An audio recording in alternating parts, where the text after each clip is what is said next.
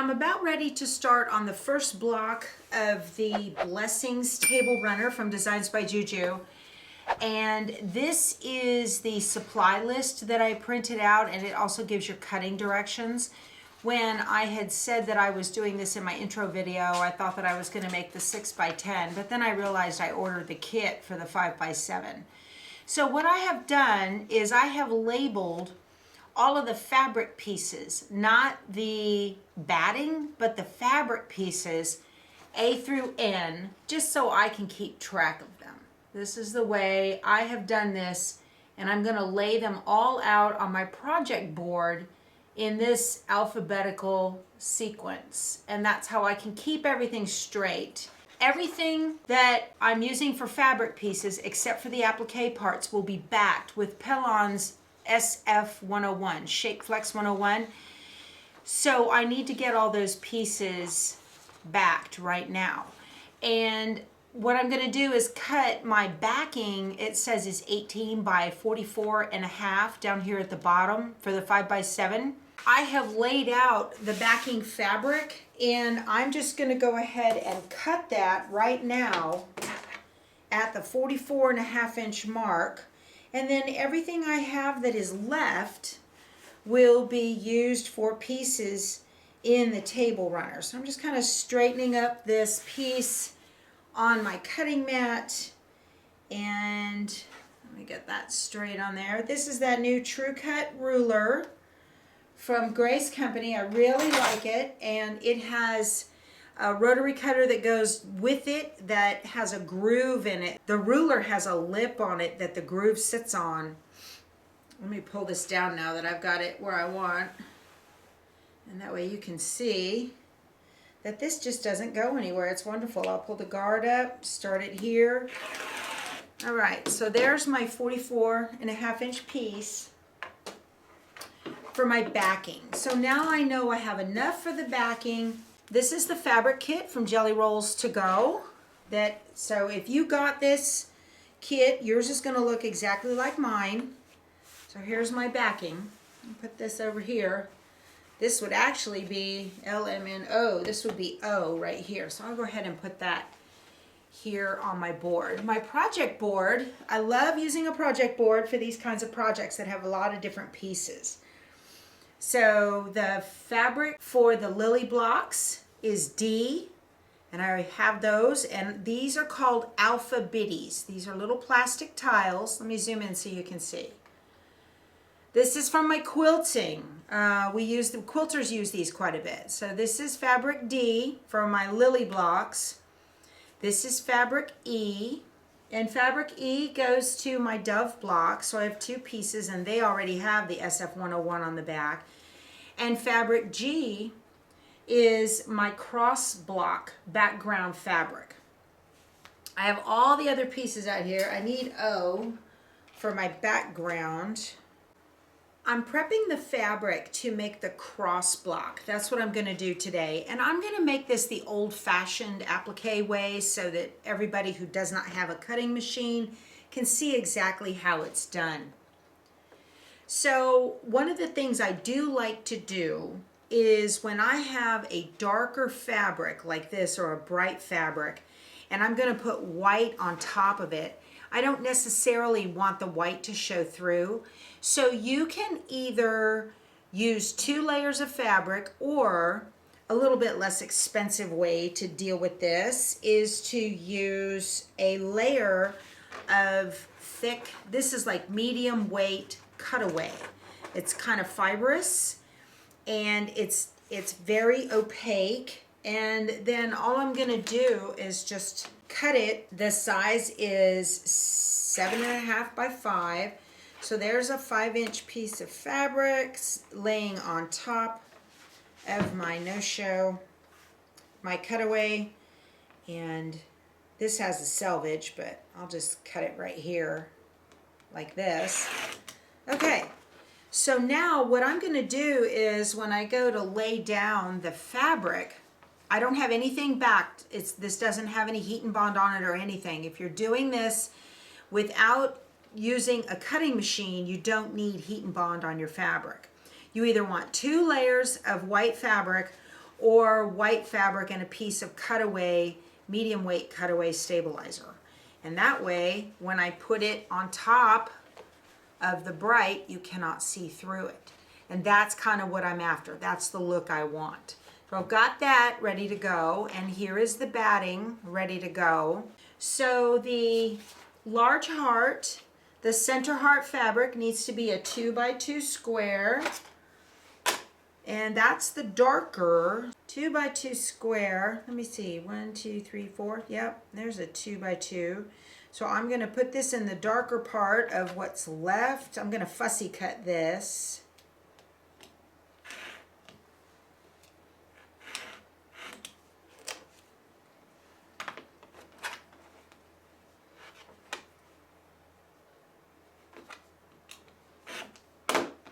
Okay, so there's my dark heart right there, and then the lighter, the two little hearts, the side hearts, needs to be 3 1/4 by 1 3/4. So we'll just round up to 3 1/2 by 2 and call it good. There we go. That's a little bit lighter pink. Cut that backwards, but that's fine. All right. The darker pink for the center heart and the lighter pink for the other ones. So I've got this left over as scrap. To hoop the project, I have my 5x7 hoop, and I've taken 2 scrap pieces of no-show poly mesh that I had, and I did a really wide zigzag. I set my zigzag at 4.0 in stitch length with a width of the default 3.5. This is a great use of scrap stabilizer if you like to save those scraps for extra projects, because the block has the base of the batting and your fabric has got that SF101 on the back. You will never notice that this is a scrap put together. So this is a great use of that. I just get this real big. It does not have to be centered in any way, because the centering of the design has already been determined by the digitizer, and they're going to give you those placement lines that you need to put everything in place. So that's perfect. It's all hooped. It was really easy. You open your hoop real wide and it's ready to go. I love using my scraps like this. It's good use of that. And now we are ready to go over to the machine. Okay, I'm over here at the luminaire, and I need to pull the design up on the machine, so I'm going to touch the screen.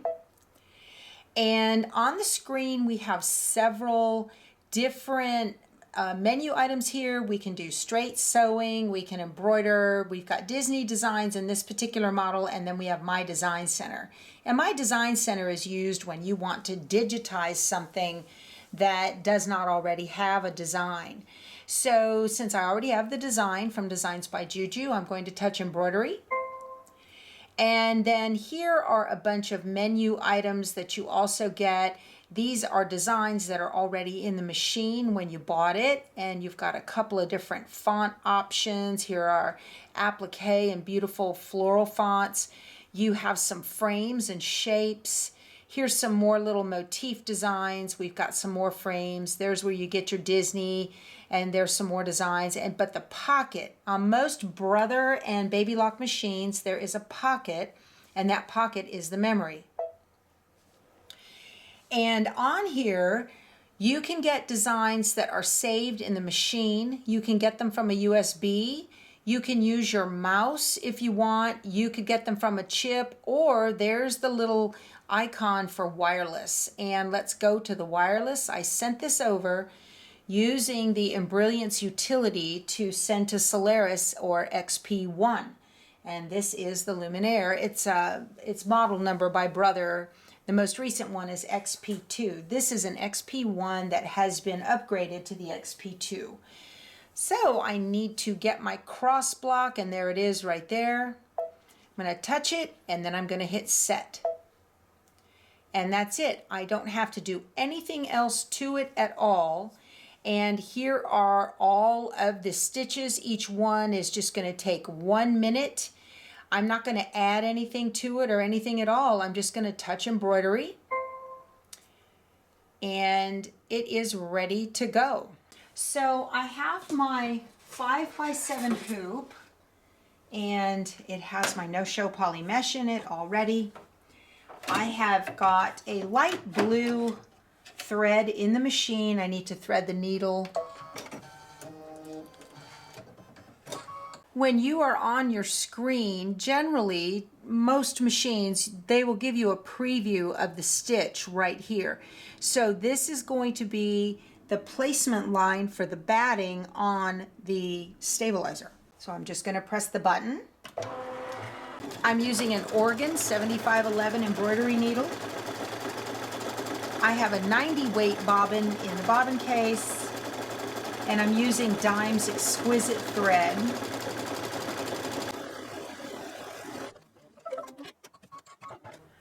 And I'm going to take my piece of batting and I'm going to put it down over the lines and make sure the entire design is covered.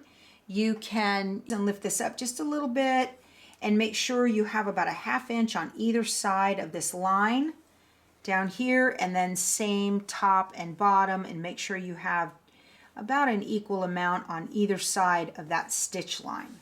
And you just want to smooth it out on there. I'm going to stitch this down one more time.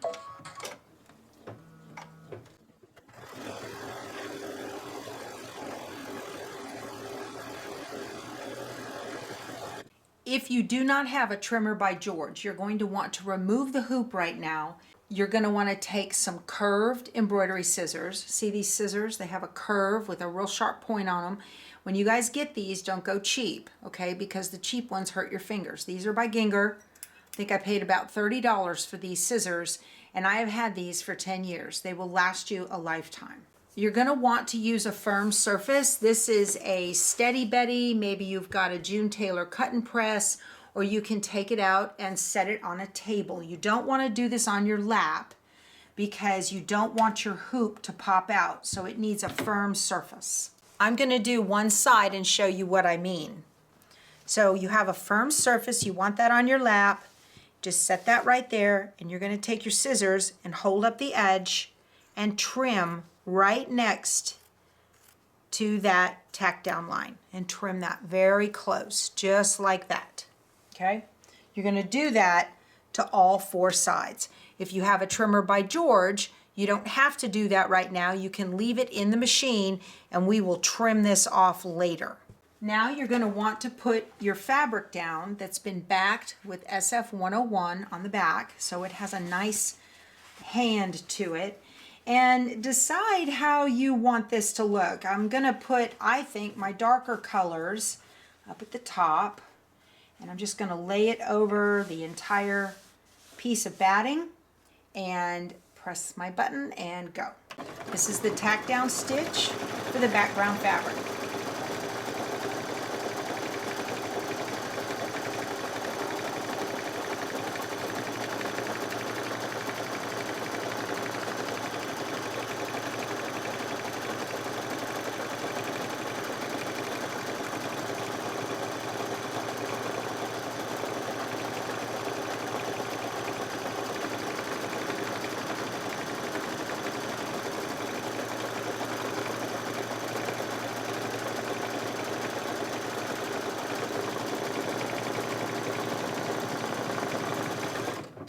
Okay, I'm going to do a thread change now to the white that matches the applique piece. I'm going to lift this up and show you.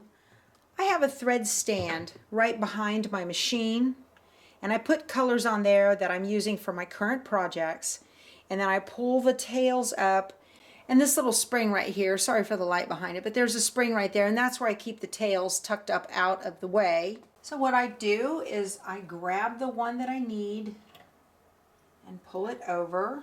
I'm going to cut the one I'm using and then drop it in there. And then what I do is I put the 2 tails together just like this. I'm holding them together. I've got a couple of inches.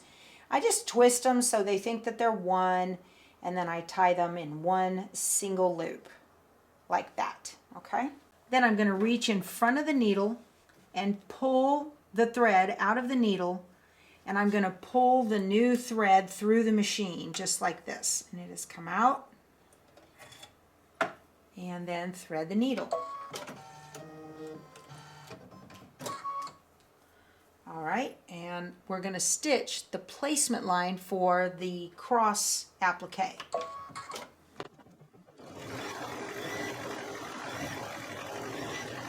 If you remember, I told you I didn't want the background fabric to show through, so I have got a piece of opaque cutaway stabilizer. I'm going to put my fabric right on top of that, and I'm going to lay the fabric right over the design and make sure it completely covers it. And then I'm just going to hit the button again. And it's going to tack this down. It's going to do the tack down line for the applique.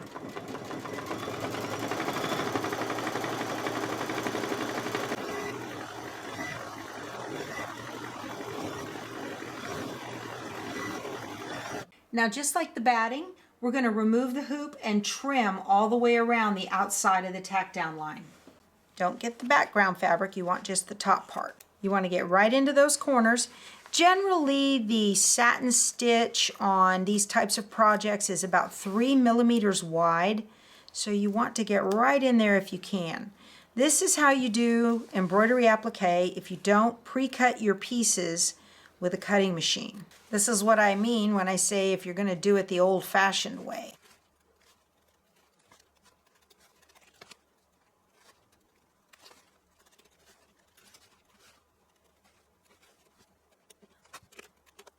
There we go. That looks really good.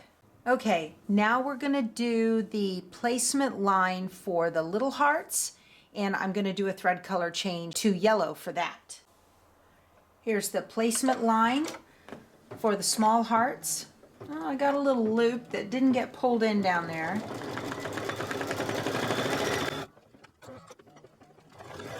This thread that is right here in between these two, this is called a jump thread.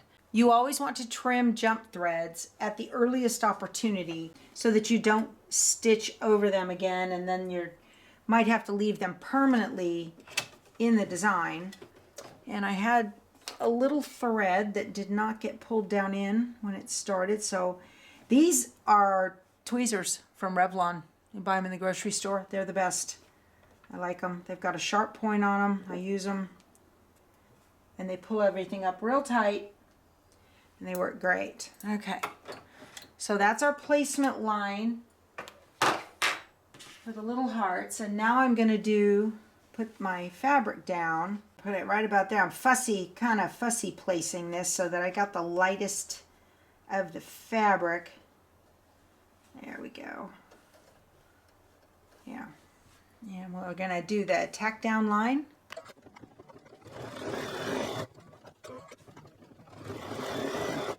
Go ahead, remove the hoop, and trim the fabric away from the tack down line on the hearts.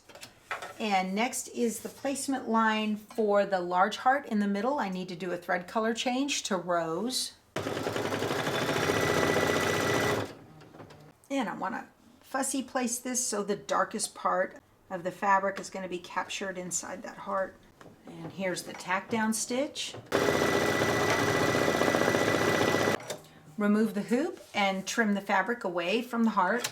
And now I'm going to do a thread color change to blue for the swirls on the background fabric. I'm stopping the machine here to go ahead and trim away that jump thread. I'm going to go ahead and trim away all those jump threads now. Okay, I'm going to do a thread change to white for the outline final satin stitching around the cross. And on this design, it says it's going to take 8 minutes. It's going to do a all-around zigzag stitch first and tack down all of the edges, and then it is going to do the final satin stitching.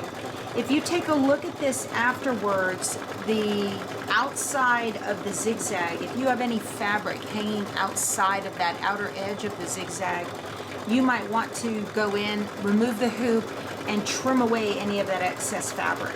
So down here on these, I can see that the edge of the fabric is well within the outside edge of that zigzag. It's going to cover very nicely. Okay, and now we need a thread color change to the yellow for the outside of the small hearts.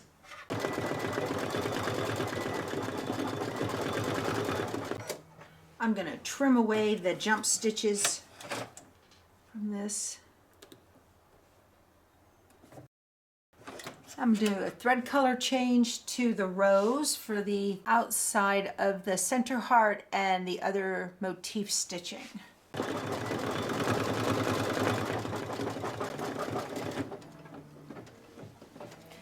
I'm going to stop the machine right here, and I'm going to do a thread color change to a lilac. I think it'll look better than the pink right there. So it's already stitched the knot before it did that jump thread.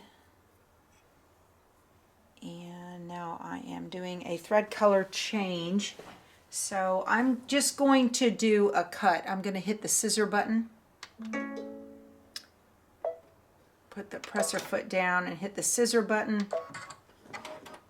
I'm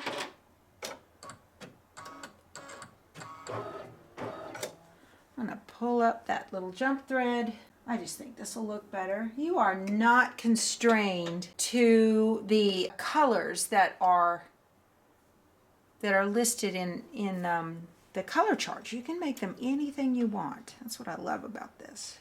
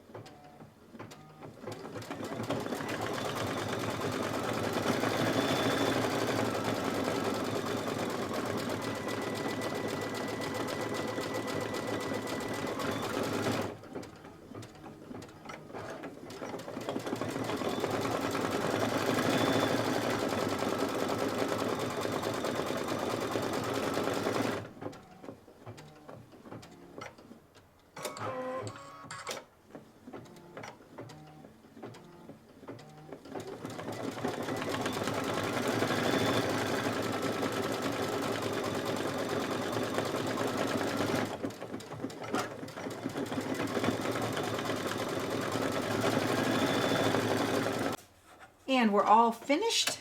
I am going to trim away these jump threads and then remove the design from the hoop.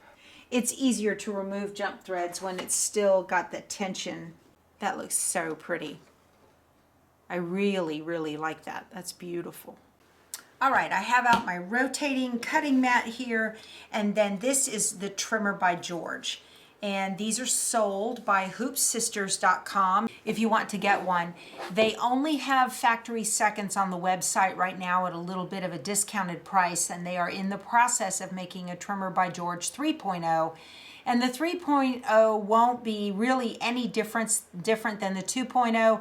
It's just going to have the metal made out of a different kind, the metal lip right here made out of a different kind of metal. So what I'm going to do is get this out of the hoop and show you how wonderful this tool is. You don't have to have these, but they're very, very helpful. So the way you do this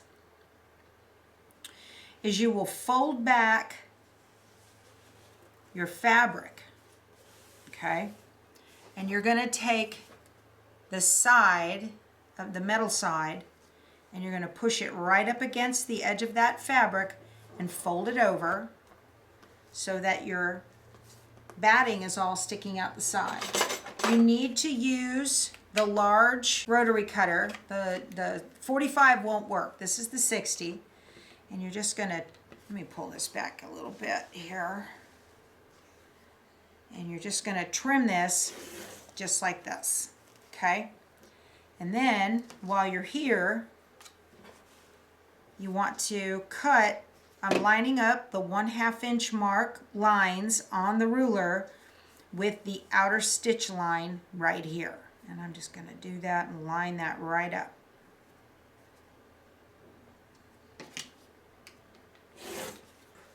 Just like that. Okay, rotate. Fold this back. Now I already cut this one, but I'm going to cut that stabilizer. I cut that one in the hoop with you guys. Okay. I'm going to lay this down and cut it on the 1/2 inch mark.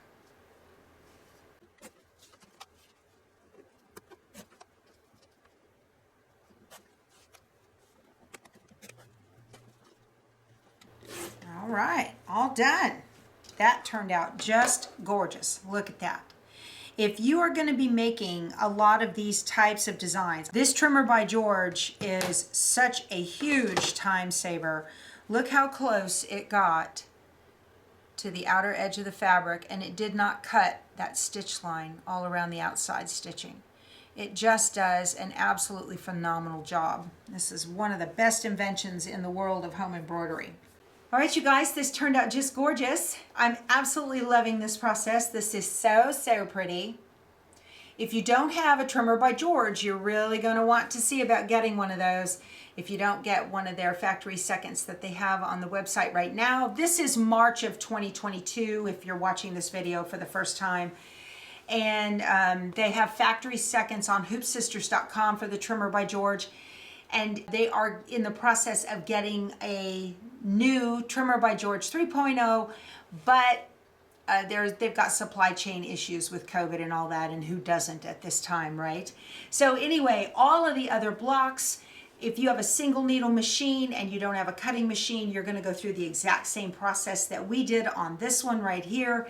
But from now on, all the other blocks are going to be made in the multi-needle, and I can knock them out pretty quick for you guys, okay? So we'll talk to you soon. Go sew something. Bye.